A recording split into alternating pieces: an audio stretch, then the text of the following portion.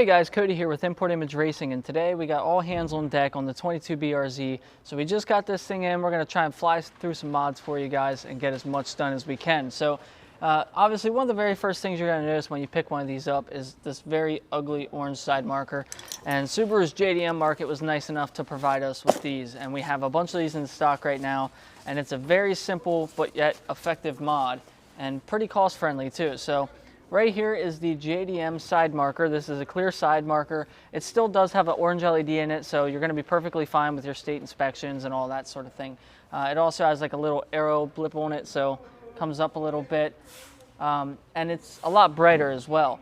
But I mean, just look at that side by side. That looks so much nicer than the orange side marker sitting there, and it's very easy to uninstall and put this one in. So let's go ahead and show you how to do that.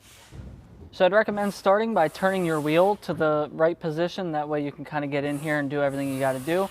There's going to be 3 clips right here, and all we're going to do is push them in. You can use a flathead or some kind of pry tool. This is a tack puller. And so just push that center piece in and then get a hold of underneath the sides and pull that out. So push center in, get that underneath and pop it out. And there's 3 of them here. 1 up here at the seam between the bumper and the fender, and then 2 right here by the side marker itself.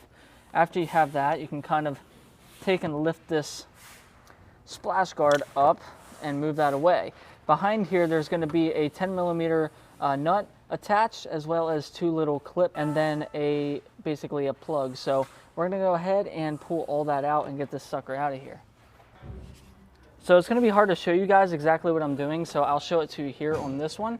As you can see, there's going to be that 10mm nut here, and then the little clips I'm referring to are on the top and bottom here. All you got to do is push this up. So you kind of see how this is. You can squeeze it and you can move it, and that's all we're going to do is we're going to push this together so that it removes from the bumper, and then this one's just going to clip in. So we're going to go ahead and grab our 10mm wrench. And then also there is an electrical connection back here to supply the light. Go ahead and loosen that nut up, take that off. And then we can pretty much just use our fingers to squeeze those clips together. And then that's going to come out. We're going to go ahead and push our clip in and unplug it. Look how easy that was, guys. We're going to plug this back in, snap that into place, put this back on, put our clips back in, and we are all done. Simple as that, and this thing is going to look 10 times better.